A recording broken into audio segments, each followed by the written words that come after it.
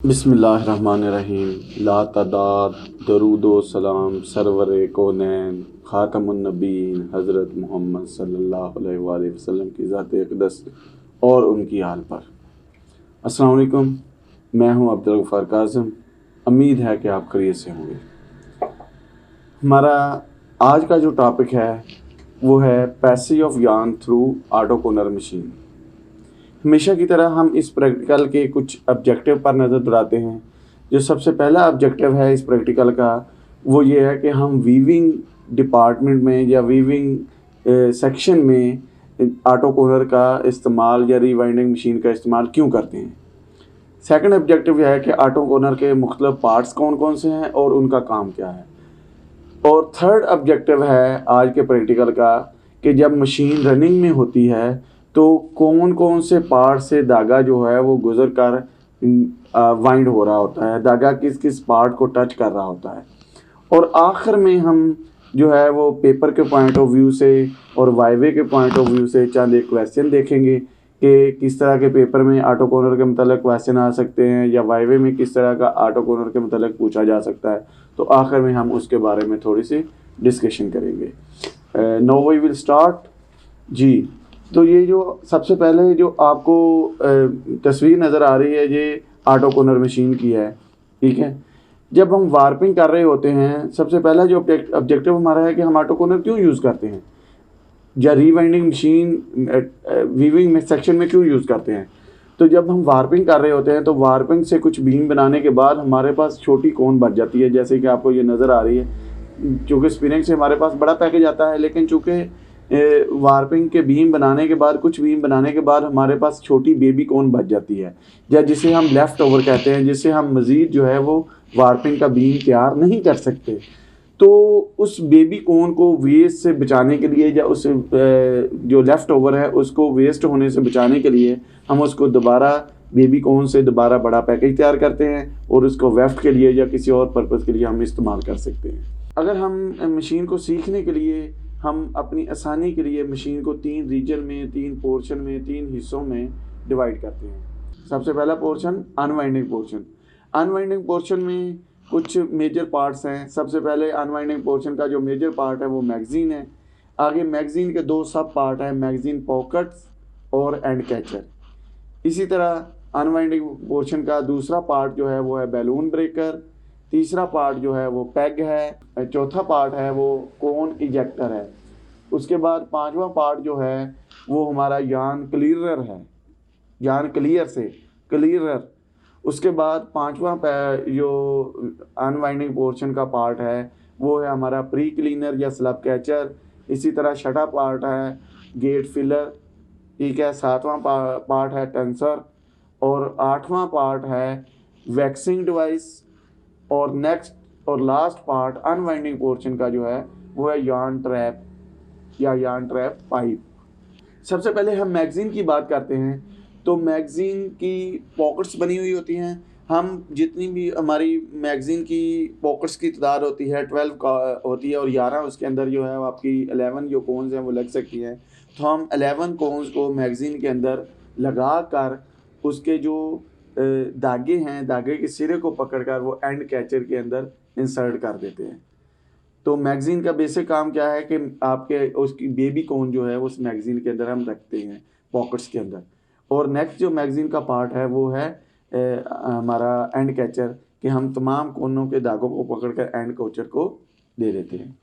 उसके बाद जब मशीन चलती है तो फर्स्ट ऑफ ऑल जब मशीन चलती है पहली दफ़ा तो मैगज़ीन रोटेट होती है। मैगज़ीन रोटेट होने के बाद जो पहली कोन रखी होती है हमने पॉकेट में वो गिरती है नीचे, वो डाउन गिरती है। तो गिरने के बाद वो जिस चीज़ के ऊपर जाके लगती है, जिस हैंगर के ऊपर जाके लगती है उसका नाम पैग है, जिसके ऊपर कोन जाके हैंग आउट होती है। ओके। और जब वो मैगज़ीन से कोन गिरती है तो वो नीचे एक पाइप लगा हुआ होता है। अभी आप अपनी स्क्रीन पे देख रहे हैं पाइप लगा हुआ है जिसे हम बैलून ब्रेकर कहते हैं। बैलून ब्रेकर का डुअल वर्किंग होती है। एक तो ये काम होता है कि जब वो कोन आपकी मैगज़ीन से नीचे पैग पे ऊपर गिरती है जहाँ से उसने अनवाइंड होना होता है तो ये बिल्कुल उस कोन को बिल्कुल स्ट्रेट पैग के ऊपर ले जाके गिराती है। कोन का पाथ को, कोन को इधर उधर नहीं गिरने देती। दूसरा बैलून ब्रेकर का क्या काम होता है कि जब स्पीडली आपका धागा अनवाइंड हो रहा होता है तो एक बलून की शक्ल बन रही होती है, एक बैलून की शक्ल बन रही होती है, एक दायरा बन रहा होता है। उस दायरे को अंडर कंट्रोल करने के लिए, उस दायरे को एक सर्टेन लिमिट में रखने के लिए बैलून ब्रेकर इस्तेमाल होता है। उसके बाद कोन इजेक्टर है, जब हमारी वो पैक पे ऊपर कोन गिरती है तो उसके नीचे आप अपनी स्क्रीन पे देख रहे हैं एक दोनों साइडों पे, पैक के दोनों साइडों पे इस तरह पतरियाँ लगी हुई हैं। तो कोन आपकी उसके ऊपर रखी हुई होती है, यूं ही आपकी बेबी कोन जो है वो धागा उसमें से ख़त्म हो जाता है, आपकी कोन बच जाती है, तो वो उसको इजेक्ट कर देता है और नई कोन जो है उस मैगज़ीन घूम के नई कोन उसके अंदर आ जाती है। तो इजेक्टर का क्या काम है कि पैग से खाली कोन को रिमूव करना। नेक्स्ट पार्ट कौन सा है? Yarn clearer. यार्न क्लियरर का काम क्या होता है कि इसने धागे को एंड कैचर से पकड़कर, ये इस तरह एक डिवाइस ही होती है, ये आपकी यूं ही आपकी मैगज़ीन रोटेट करने से पहले ही ये बैक पे चली जाती है। तो ये जब मैगज़ीन आपकी गिरती है, मैगज़ीन से धागा आपका गिरता है, कोन गिरती है, तो ये उसको धागे को पकड़ के मशीन के साथ मिलाती है, यानी एंड कैचर से धागे के सिरे को पकड़ के धागे को एंड कैचर की तरफ से या मैगज़ीन की तरफ से मशीन के पाथ की तरफ लेके जाती है, यहाँ से आगे मशीन को धागा पकड़ा जा सके। नेक्स्ट जो है आपका जो पार्ट है प्री क्लीनर है। प्री क्लीनर, अगर धागे को कहीं पे धागे की स्नैरलिंग हुई है या कहीं किसी भी वजह से धागा इकट्ठा हुआ है तो प्री क्लीनर का काम है कि वो शुरू में उसको जो है वो रिमूव कर देता है, धागे को तोड़ देता है, उसको रिमूव कर देता है। तो ये आगे जो है ये कह लें कि प्री क्लीनर का काम ये है कि धागा अगर किसी भी वजह से कहीं पे इकट्ठा हुआ है तो उसको ख़त्म करना। नेक्स्ट जो है आपका नेक्स्ट पार्ट जो है वो आपका है गेट फिलर। गेट फिलर ये एक सेंसर के तौर पर काम करता है। ये दो तरह से मशीन को सिग्नल देता है। पहला तो सिग्नल इसका ये होता है कि अगर मशीन के अंदर धागा बिल्कुल नहीं है, हम नए सिरे से मशीन चालू कर रहे हैं या किसी वजह से धागा जो बेबी कोन है उसके ऊपर टूट गया है, तो ये धागे को जो है वो मशीन को सिग्नल देगा और जो है वो नई कोन जो है वो बेबी कोन जो है वो दोबारा नई पैक के ऊपर इंसर्ट हो जाएगी और उसका धागा आगे मशीन के ऊपर वर्किंग कर शुरू कर देगा। दूसरा तरीक़ेकार ये होता है, इसका दूसरा जो वर्किंग है वो ये है कि अगर धागा बेबी कोन मौजूद है, धागा जो है वो मशीन के पास है, सिर्फ धागा टूटा है, तो इस सिलसिले में, इस सूरत में उसने मशीन को सिग्नल देना है। तो मशीन के आगे जो पार्ट्स हम देखेंगे कि धागे को पकड़ के अपर और लोअर सकिंग मोड जो है वो पकड़ के उसके स्प्लाइसिंग के अंदर ले जाता है और दोबारा जोड़ लग जाता है। नेक्स्ट जो पार्ट है वो हमारा है टेंसर, यानी टेंशनर भी हम इसे बोलते हैं। तो धागा टेंशनर में से, ये आप स्क्रीन पर नज़र आ रहा है आपको कि टेंशनर दो बोल नुमा प्लेट्स होती हैं जो उसके धागे के साथ घूम रही होती हैं, तो धागा इनके दरमियान से गुजरा होता है। तो ये जितनी ये साथ साथ प्लेटें होती जाएंगी उतना ही धागा टेंशन में होता जाएगा। तो इसका काम क्या होता है कि हमने कोन के ऊपर जब वाइंडिंग करनी होती है तो कितनी कम्पैक्ट वाइंडिंग करनी है। नेक्स्ट जो पार्ट है वो है वैक्सिंग डिवाइस, वैक्स डिवाइस। अगर हमने धागे के ऊपर कोई धागे को स्मूथ करने के लिए, इसकी हैरीनेस को थोड़ा मिनिमाइज़ करने के लिए या लुब्रिकेंट करने के लिए धागे के ऊपर अगर कोई वैक्स वगैरह अप्लाई करनी हो तो एक वैक्स डिवाइस लगी होती है जो नज़र आ रही है आपको आपकी स्क्रीन के ऊपर। तो ये एक वाइट स्टिक सी है, तो इसके ऊपर जो है वैक्स डिवाइस जो है, वैक्स जो है इसके ऊपर चढ़ जाती है। धागा जब चल रहा होता है तो इसकी सरफेस के साथ रगड़ खा के गुजरता है तो धागे के ऊपर वैक्स अप्लाई हो जाती है। अब आपका लास्ट जो पार्ट है अनवाइंडिंग पोर्शन का वो है यार्न ट्रैप पाइप। ये एक पाइप की शक्ल होती है, इसके अंदर एयर सक हो रही होती है। यूं ही आपका धागा ऊपर से स्प्लाइसिंग से, ऊपर वाली कोन से कहीं से भी आपका धागा टूटेगा, ये अपने अंदर सक कर लेगा, क्योंकि सकिंग एयर की सकिंग हो रही होती है। तो धागे को ये नीचे बेबी कोन पे गिरने नहीं देगा, ये उस धागे को सक कर लेगा तो धागा नीचे नहीं गिरेगा। तो ये आपके मेजर जो है वो पार्ट थे अनवाइंडिंग पोर्शन के। No we will discuss about second portion, splicing portion. सबसे पहला पार्ट कौन सा है? यार्न क्लीनर या ऊस्टर। इसका काम क्या है कि ये धागे को, फॉल्ट को, थिक थिन एरिया को रिमूव करता है। जब धागा वाइंड हो रहा होता है तो धागे का थिक थिन एरिया जो है वह रिमूव होता है। इसका एक कंट्रोल पैनल होता है जो आपकी स्क्रीन पे नज़र आ रहा है। कंट्रोल पैनल में हम धागे का जितना डाया होता है, डाया के अकॉर्डिंगली हम वहाँ पे उसको नंबर दे देते हैं जितना धागे का डाया होता है। तो धागा जब गुजर रहा होता है तो अगर कहीं से थिक या थिन एरिया आता है, यानी जो डाया हमने फीड किया हुआ है उस कंट्रोल पैनल के अंदर, ऊस्टर के मेन पैनल के अंदर, यान क्लीनर के मेन पैनल के अंदर, तो अगर कहीं से आपका धागा बारीक या मोटा आता है तो वो उसको कट कर देता है और दोबारा जब आपकी स्प्लाइसिंग लगती है तो वो हिस्सा इसका रिमूव हो जाता है। स्प्लाइसिंग पोर्शन का दूसरा हिस्सा है स्प्लाइसर या स्प्लाइस यूनिट। इस हिस्से में दोनों साइड के धागे, यानी जो नई कोन आपकी तैयार हो रही है वहाँ से एक धागा और एक बेबी कोन का धागा इस यूनिट में आता है और वो कलम की शेप में दोनों धागे कट होते हैं, ठीक है, और उसकी अनट्विस्ट होकर दोबारा ट्विस्ट हो जाता है, यानी धागे को जोड़ लग जाता है। तो स्प्लाइसिंग का बेसिक यूनिट मतलब क्या होता है कि धागे को जोड़ लगाना, धागे को ज्वाइंट करना। एक तो आपका है यान री टाइप पाइप, यान री टाइप पाइप, ये आप अपनी स्क्रीन पे देख रहे हैं अभी। तो यान री टाइप का पाइप का मतलब काम क्या होता है, ये एक आर्म की शक्ल का पाइप होता है, ठीक है, और इसका काम ये होता है कि इसने डाउन पोजीशन पे जाके जो ही आपका धागा जब टूटता है तो यान ट्रैप जो है वहाँ पे धागा आपका सक हो जाता है। तो ये जहाँ आपकी नई बेबी कौन लगी है तो वो यान क्लीनर यहाँ पे धागा आपका लेके आएगा, तो ये वो वाला आर्म जो है वो नीचे जाएगा, नीचे जाके वहाँ से धागा सक करके ऊपर स्प्लाइसिंग यूनिट तक लेके आएगा। इसी तरह इसका जो फोर्थ पार्ट है वो है अपर सकिंग माउथ या अपर सेक्शन माउथ भी कहते हैं, अपर सकिंग माउथ भी कहते हैं।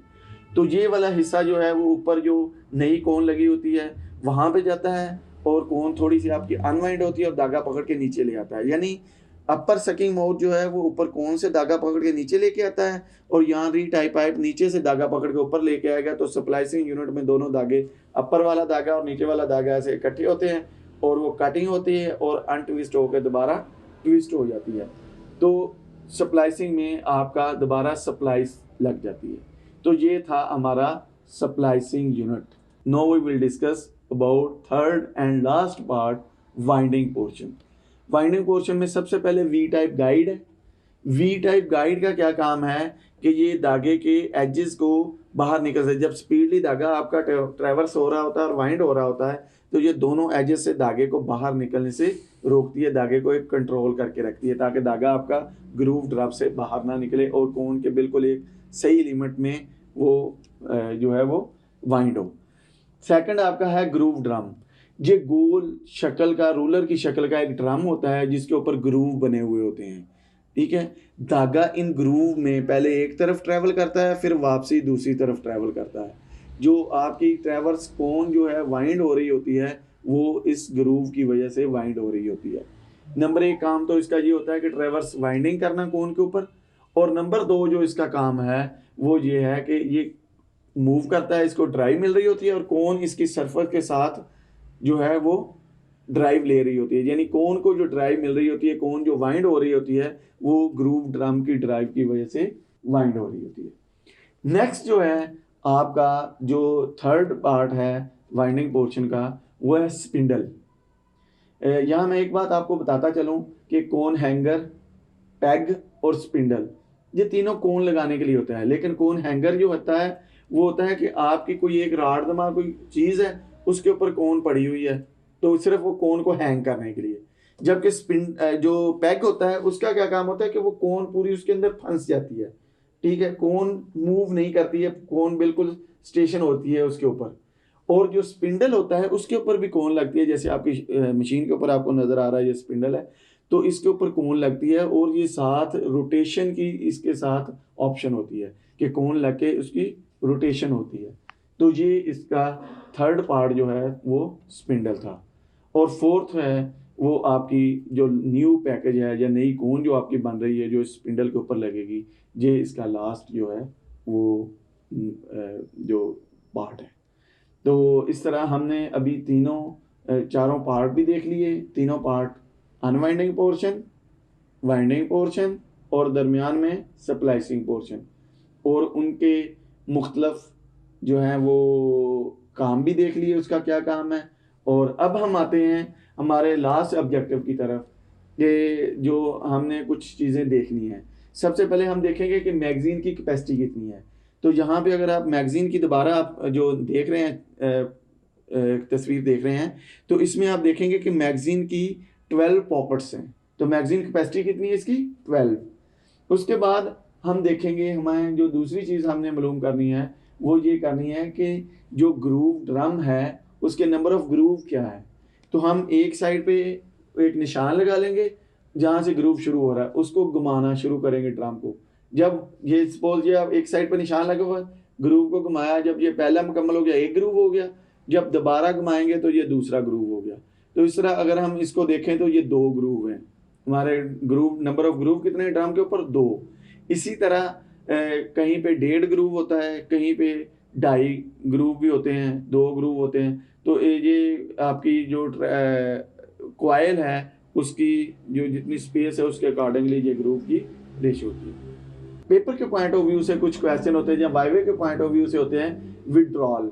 विड्रॉल किसे कहते हैं कि आपका जो धागा अनवाइंड हो रहा है वो किस विड्रॉल के थ्रू हो रहा है। 2 तरह के विड्रॉल होते हैं, एक आपका साइड विड्रॉन और विड्रॉल या विड्रॉन, एक आपका साइड विड्रॉन और एक आपका ओवरऑल विड्रॉल।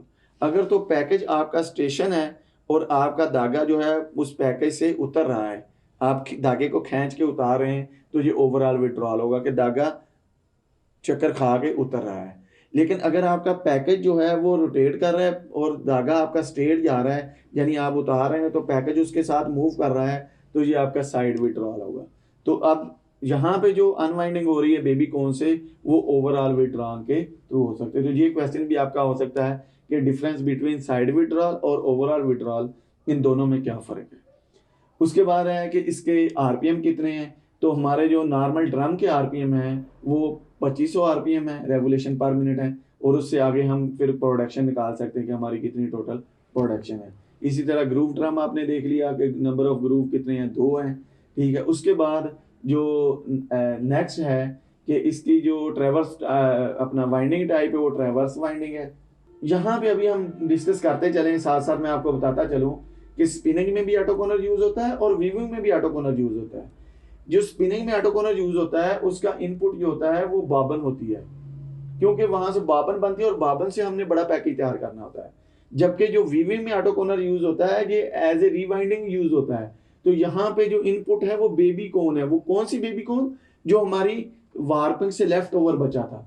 तो बेबी कोन से हम बड़ा पैकेज तैयार करते हैं। तो जब भी आपने वीविंग के लिए यूज करना है तो हमेशा बेबी कोन का लफ्ज यूज करना है। ओके, तो उम्मीद है कि ये वीडियो आपके लिए हेल्पफुल साबित होगी। अस्सलाम वालेकुम।